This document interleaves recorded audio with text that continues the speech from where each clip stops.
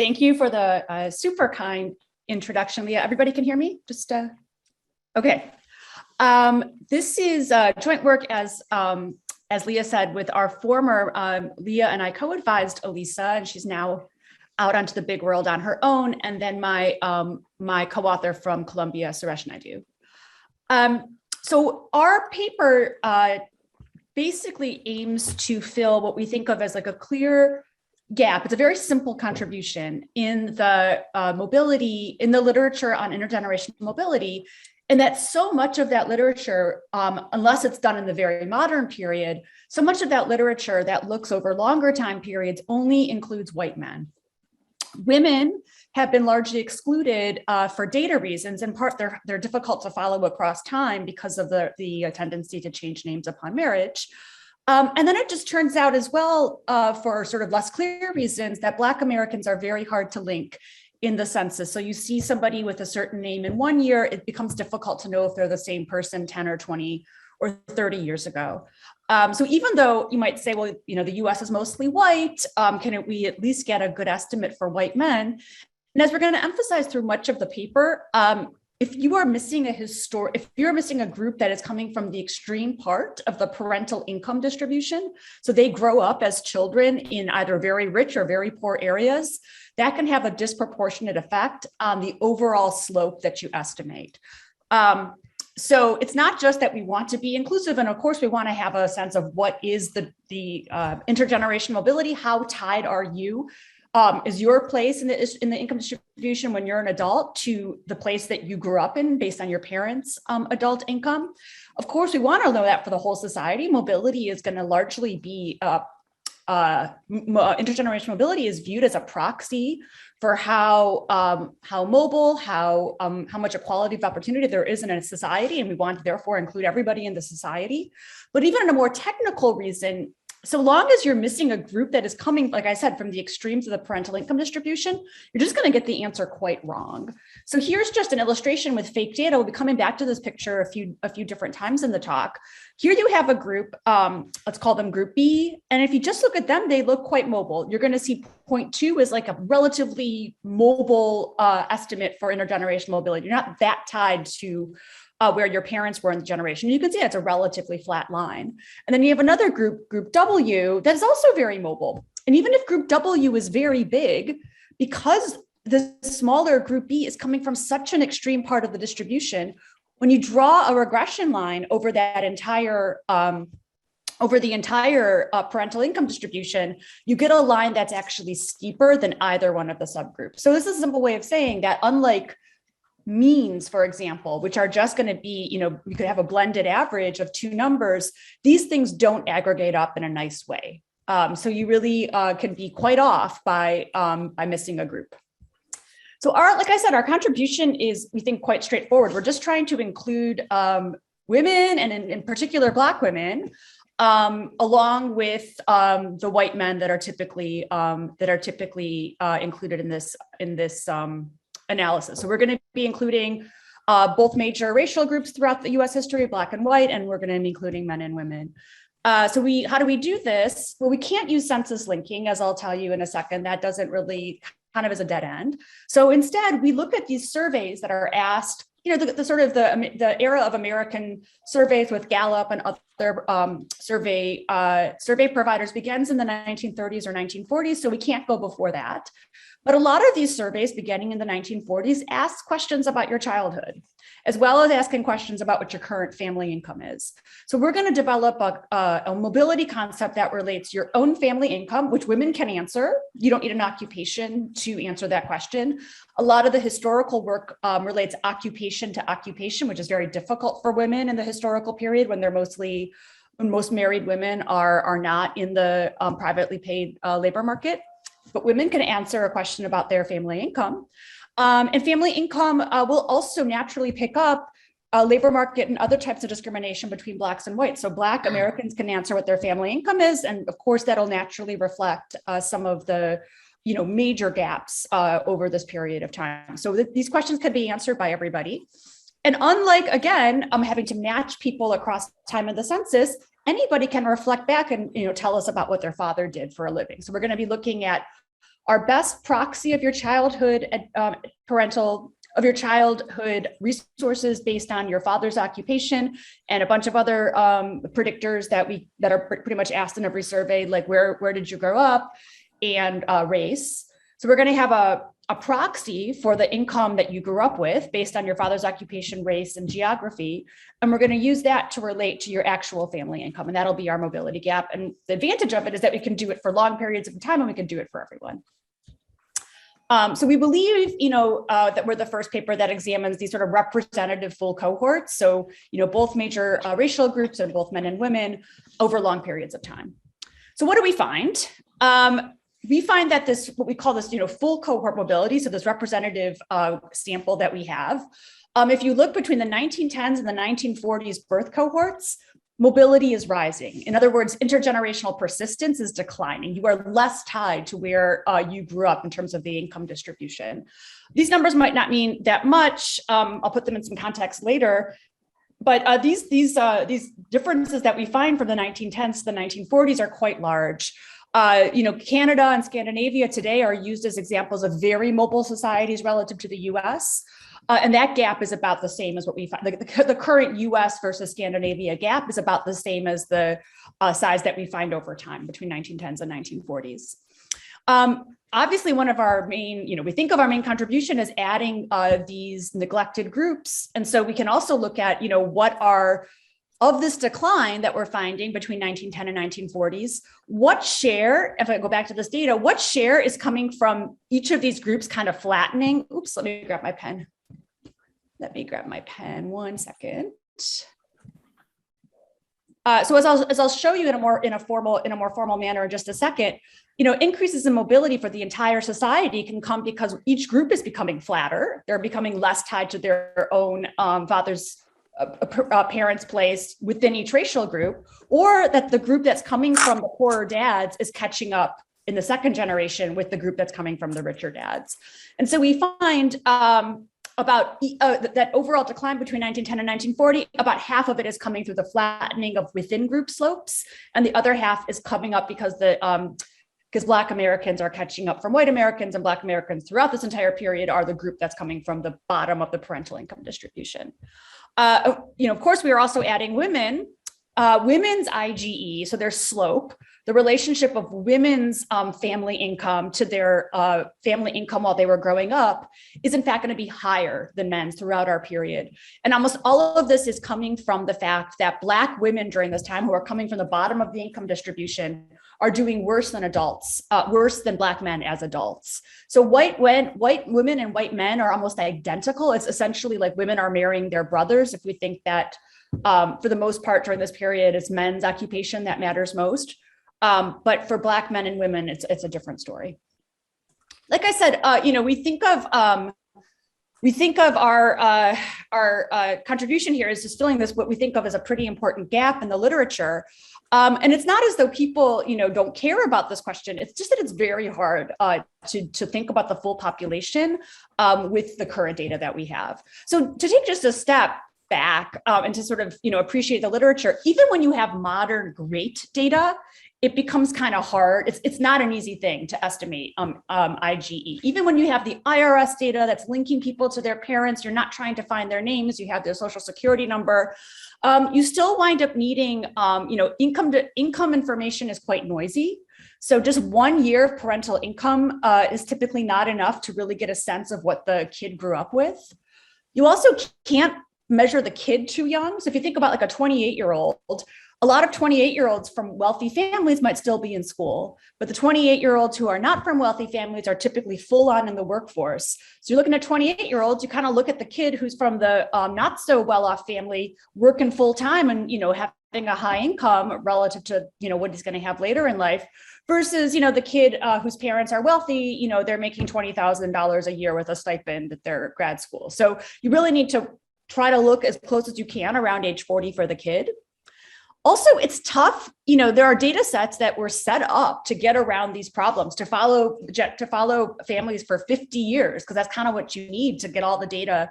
When you're linking people across time, you need this, really large panel of data. Well, with any large panel, you get attrition. And it's very hard by the end of the PSID when you're looking at the perfect sample where you have lots of observations of the kids and lots of observations of the parents, you wind up with a relatively white and a relatively educated sample. And even in the modern IRS data, there's a group that is just hard to match. About 7% of the kids, typically from the worst off backgrounds, you just can't find their parents in IRS data. So that's with the modern data. With the historical data, it's even harder. As I've already said, you often miss women because they change their name upon marriage. There's no way of figuring out in the census, how, what someone's maiden name was. People are trying to, get around this problem with marriage certificates, but that's kind of in its infancy. And then for whatever reason, obviously it's not about marriage, but Black men are also harder to link in the historical period. So even papers I'll show you in just a second that really focus on trying to include Black Americans in this historical intergenerational study are like 2 or 3% Black, when we know the population at that time was like 12 or 13% Black. So because of this, there really is this lack of evidence on US mobility trends.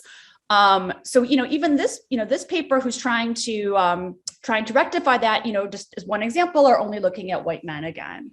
So just to, emphasize, where we are in the literature, this is sort of some key economics papers. I realize I'm perhaps not doing justice to the sociology literature, which also looks at this question, although typically more from the occupation to occupation lens. What I really want you to take home from this is that the papers that look at really long periods tend to not be representative. So these are all men. These papers really try hard to include Black men, but typically the share of Black men in their sample is well below that of the population. So you wind up needing to upweight quite a bit. The Song et al. Paper is only white men. There's one paper that includes women from a long period, but this is only white women and only white married women. And so they look at the occupations of the husbands of these women. And as we're gonna show, Black women turn out to be a really important group in having an effect on the entire society's regression line. So even a paper that tries to look at women is going to miss an important group of women. Okay, so I already sort of highlighted some of the links, advantages of our paper. We don't need to do any of this linking. The linking is done via retrospection of the subject as an adult.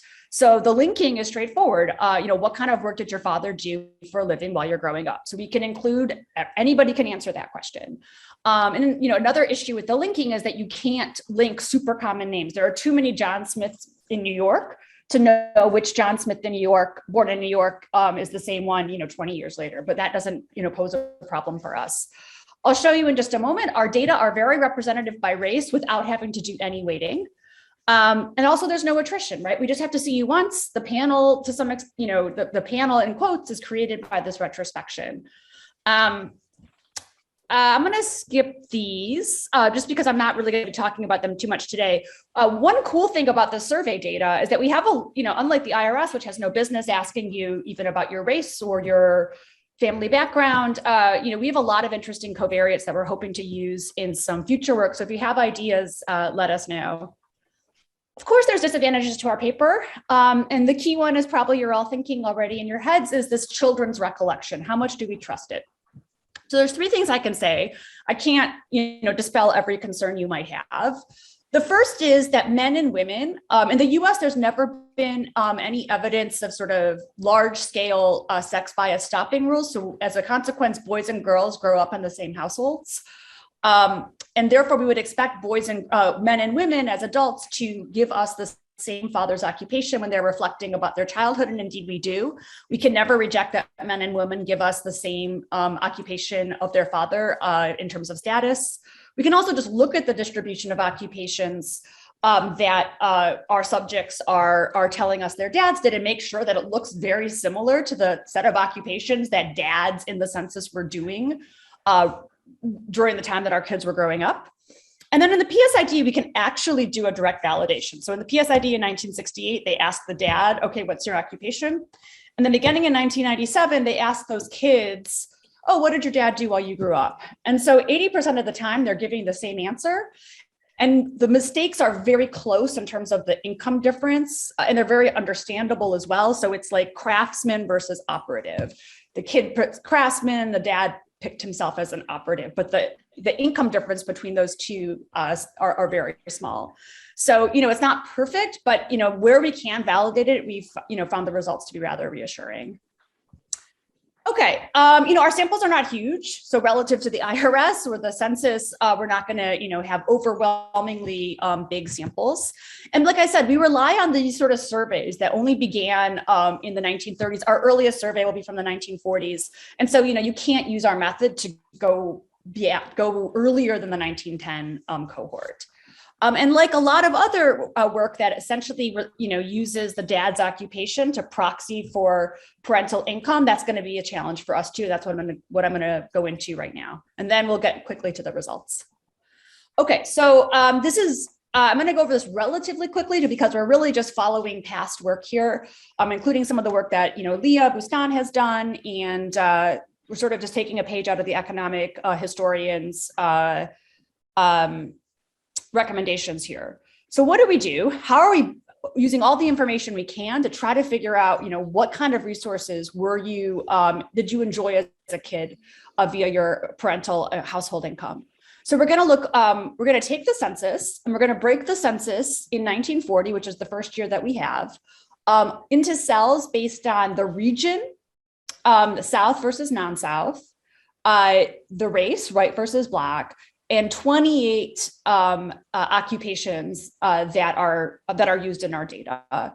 So basically, for every occupation, there are 28 times region times Black versus white. There's going to be an estimate for what was the income that the household income that somebody with these characteristics, somebody whose father had these characteristics, would have.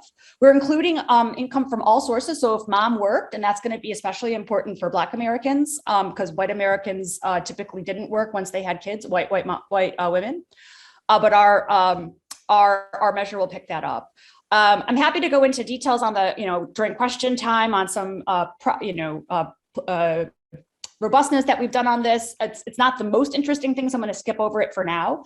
But happy to talk in more detail. But the upshot is that we have this, we have this estimate based on your father's occupation as you remember it, where you grew up, which is again asked in our surveys, and then race, which is always asked in our surveys.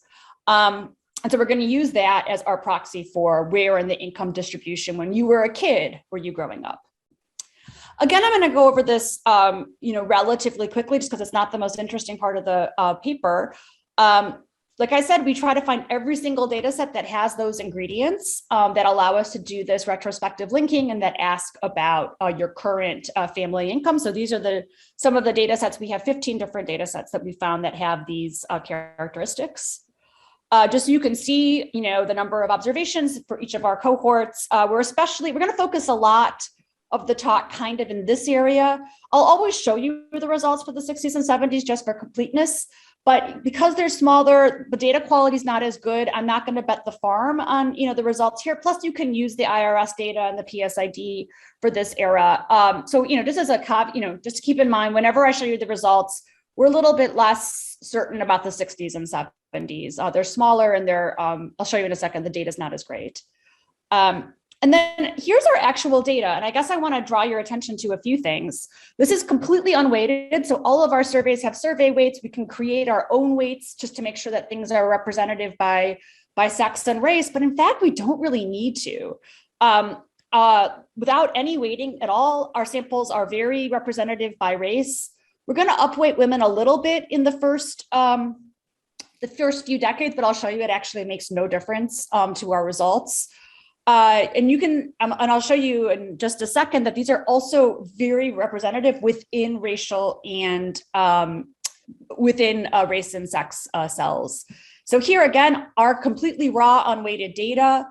This is divided by sex and race. So within the group of white men, we see very representative, at least relative to the census at the time. Within the category of Black men, especially important for Black Americans would be the share in the South, which we're right spot on. The share who were born in the South, as opposed to later migrated, and again we're right on top of the census in those important categories. And the same thing for women. So, our share of Black women born in the South versus residing in the South are very close to the census, share married, share widowed, et cetera. So, within each of these three groups, without having to do any weighting, our data look to be very representative, which is a real contrast to some of the past work that had to do a lot of upweighting of the minority groups to get something that was representative. This I'm not going to spend too much time on just because it's just taken directly from the mobility literature. We're not doing anything interesting here. There's two mobility measures that are typically used in labor economics. One is the intergenerational elasticity, IGE, which is the log of your own income as an adult on the log of your family's income in their sort of key adult years. Typically you control for a quadratic in age. We're also going to limit our age. We don't want to get too far away from 40. So beyond just controlling flexibly for age, we're also just going to limit, you have to be between 30 and 50 for us to include you in the sample. So that also takes care of some of the age variation, which we think of as a nuisance. We're going to always control for fixed effects for each survey. We're taking surveys from all sorts of places. And then the rank, which is increasingly popular in economics, takes the rank of your family income with respect to other people in your cohort and regresses that against the rank of your parents' income relative to other parents from your cohort. And again, we'll control for year and survey fixed effects. Like I said, we use the weights that are provided, and then we also, certain one of our surveys are only of Black Americans, so obviously we need to weight those a bit differently. But the weighting actually just doesn't matter at all. You get the same results using the survey weights, using the reweighting, or using no weights at all. And then before getting to the main results, you can just sort of see where the variation in our data come from. We have these bin data just because we're using only the 104 categories of cells, 28 times 4, but 112, I think. So there's going to be a bit of binning. It's not perfectly continuous. So this is the estimate for dad's income I shouldn't say father's income. It's log income of your household when you were growing up. In most cases, that'll be just the dad, but we are including other sources of income. So that's actually a bit of sloppy terminology. I apologize. And then your own log family income as you report it. And this turns out to be a very linear measure, probably why it's so popular. So this is just what it happens to look like for one particular birth cohort decade. And then this is the similar picture for the father's rank. In our data, that's a little bit noisier, but also, very linear. And we'll be always showing both. I don't have a strong sense of which is better. Okay, so our first main result, I think I have, 15 minutes to share what we've been finding. So this is one of the main results of the paper. This is the IGE. I'll show you this looks very similar with the rank in just a second. It's continuously falling from the 1910s to the 1940s. Like I said, we kind of are a little bit thinner on data here. So, whether this is really a U-shape, it's kind of hard for us to tell. There seems to be maybe a bit of a U-shape with a much stronger decline than there is a rise. But as you can see, you can easily reject that the persistence measure in 1940s is the same as the persistence measure in the 1910s. So persistence is significantly declining, meaning mobility is significantly rising. If I put on the right-hand side axis is a different scale, the rank measure of persistence, again, you really find the same decline. Kind of a similar picture in terms of that softer side of this U, if you see the U there. But the main result is just in both cases, you see a really strong decline in persistence over the first 40 years of our sample.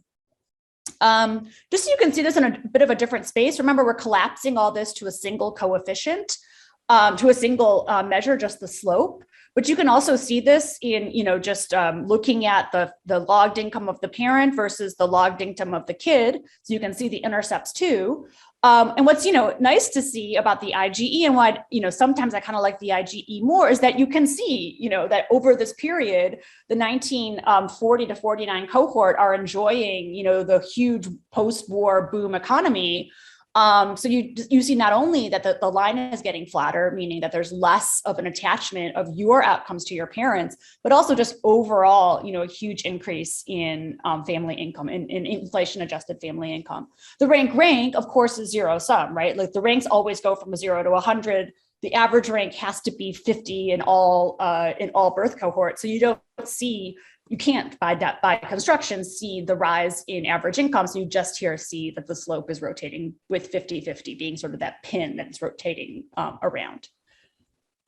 Okay, and then finally, you can, I'm not going to go any further on this point, but it's sort of interesting to see that there is this relationship, again, strongest in the first half of the picture, not as strong in the second half, between high periods of inequality. This is looking at inequality of the adult child's income, and low periods of mobility or high periods of persistence. So my late colleague, Alan Kruger, once termed this possible relationship that in more unequal societies, you also have less intergenerational mobility as the Great Gatsby curve. And we seem to see some evidence in support of that.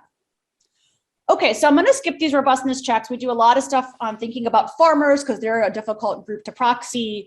We use alternative data to look at farmers and some other occupations in the earlier period. We have some checks on how to deal with missing father's income. Like I said, the weights just don't matter at all, but I'm happy to talk more about that. But I will skip over that now just because there's more interesting stuff to talk about. So, okay, that was for the full cohort. And as one of our points was, this makes a difference how we understand the full society, the full society's mobility depends on how different groups are relating to another. So like I've already said, we can't just add up the individual slopes or average them and get the right answer. We don't, mobility doesn't aggregate up like a mean. So I'm going to just formally decompose how the full population IGE relates to subgroup components. So this is going to be for any distinct and mutually exhaustive set of subgroups. I'm often going to just show you white and black, just it's a little bit easier to see with two subgroups.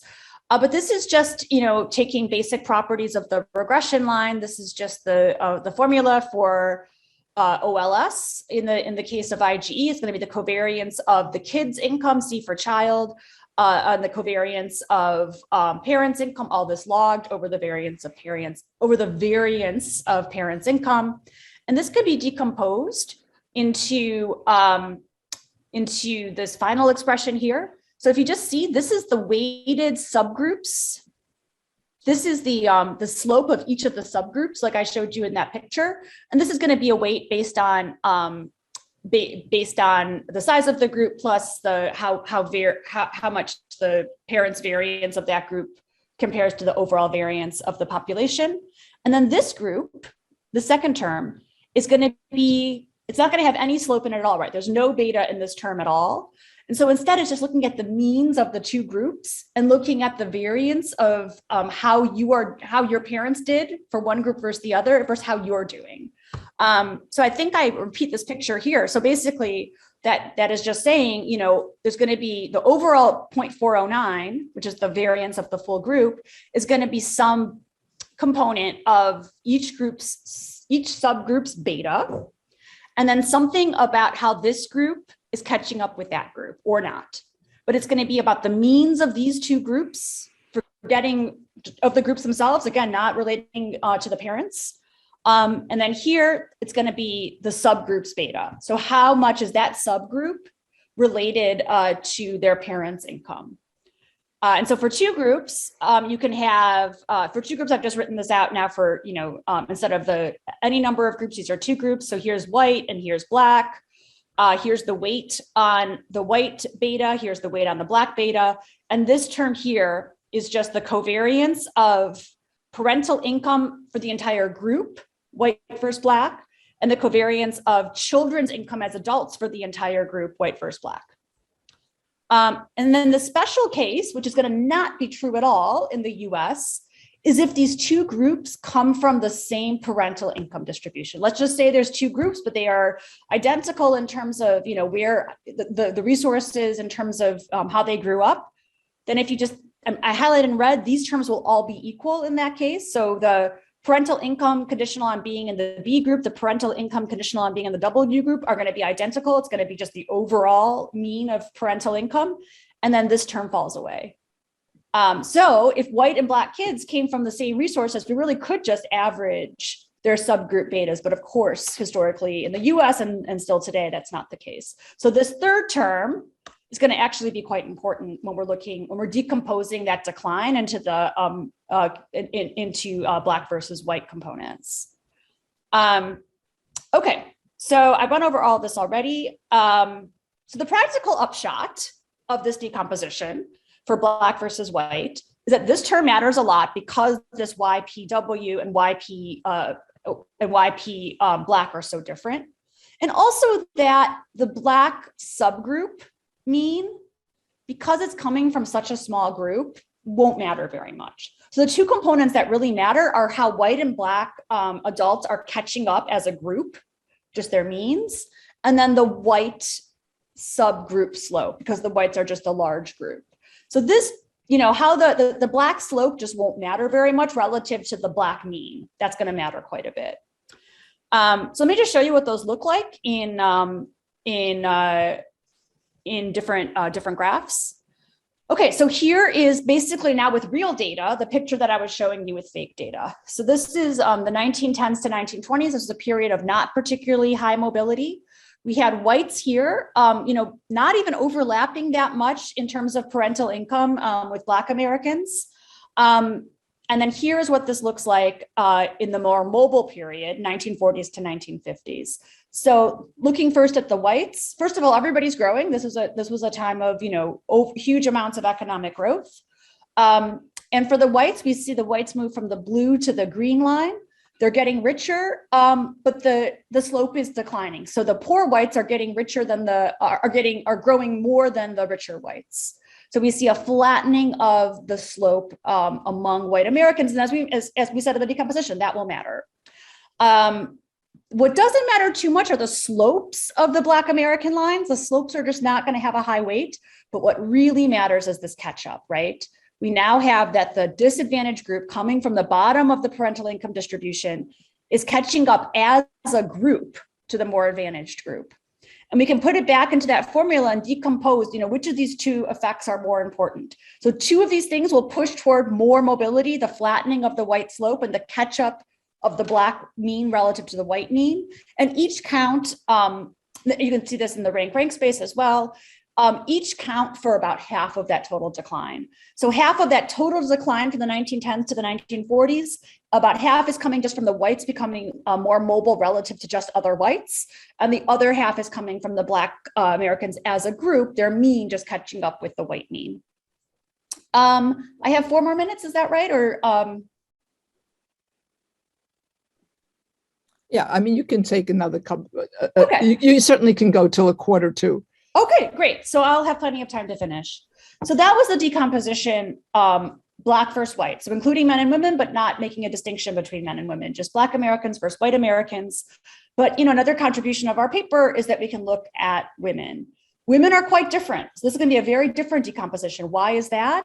Because in this case, the parental income distribution, conditional on being male, the parental income distribution conditional on being female are essentially identical.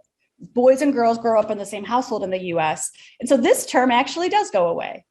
So it's a very different, a very different problem in terms of a very different exercise in terms of decomposing by gender versus decomposing by race. And so we actually just need to know what the weighted average of these subgroup betas are. But of course, there's no reason to think they're the same, right? The intergenerational income process could be quite different for women during this period, especially when they're not going to be particularly significant members of the labor market after they get married in this historical period. That would be relatively rare during this time. So there's no reason to think these betas should be the same. But what's nice is we can kind of not worry about the differences in means. Okay, so here's what this looks like. Again, these are including both white and Black Americans, and just separating by gender. So in almost every period, you can reject equality between the slopes of men and women are more tied to the place of their parents' income distribution when they're adults. So why is that? Can we decompose this this difference among women? What is it coming from? So first, we can see it seems to mostly be coming from the bottom. I'll show you this again in just a second, but right around here in the top part of the parental income distribution, boys and girls are getting mapped to almost the same place in the adult child income distribution. So, right here, it's just really hard to say there's much of a difference at all. The difference is being driven by the fact that girls born to the very bottom of the parental income distribution are predicted to do worse as adults. And as you might already be guessing, given that that there are very few white families here in the very bottom, this is coming almost entirely by divisions in race. So just to show you what this looks like by race and gender. So for the very early cohorts, this is the low mobility period.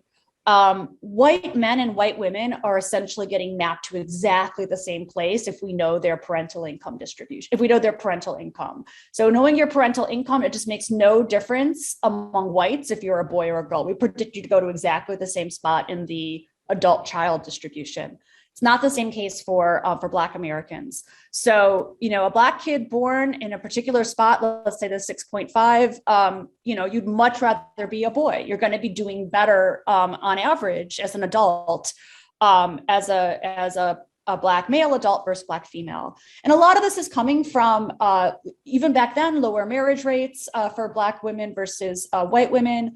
And upon, conditional on not being married, it's better to be, during this period, a Black man versus a Black woman. And so some of this changes a little bit over time, but you still really have this gap. So even in this, more mobile period, again, it just doesn't matter at all what your gender is. If you're white, we're going to predict exactly the same spot that you're going to wind up based on what you grew up with.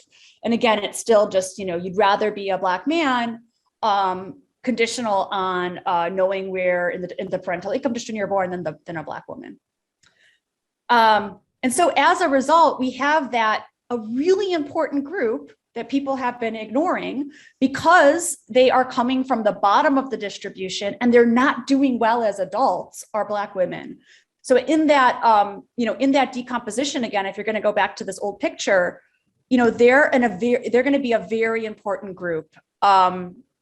They're a group that, is, always sort of stuck here at the bottom, and they're coming from the bottom of the distribution. So even more than Black men, they're going to be a pivotal point of what statisticians call a influential point in the, regression space.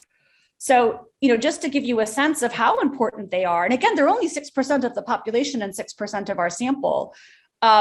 We can just show you what the standard results look like as we add groups in one by one. So this is the white men. This is adding white women. In some cases it doesn't. You rarely can reject that makes any difference. This is adding Black men. So this red line has everybody but Black women. And then here we are adding Black women. So in certain decades, you can reject that the full sample has the same mobility properties as the sample that is 94% complete except for Black women. And that again is entirely coming from the sort of the influential point on the regression line. And so here is just how much higher and more persistent intergenerational persistence is once we include the full sample relative to the traditional sample. And I guess I want to leave you with a bit of a glass half full, glass half empty. Here's the rank relationship. So again, you sort of see this relationship in the white male. If you're only looking at white men, it's much higher and therefore less persistent, more persistent. If you look at the full sample, including Black women. But one thing that's kind of interesting is that, so yes, in any given year, we should be more pessimistic about overall mobility when we include the full sample. But the decline is actually significantly steeper when we look at the full sample relative to the traditional white male sample. So looking only at the white male sample understates the progress that's been made. So it's sort of depends on whether you're looking at changes or levels. You can be more or less optimistic. And so one final question, because I think some of you might know this work.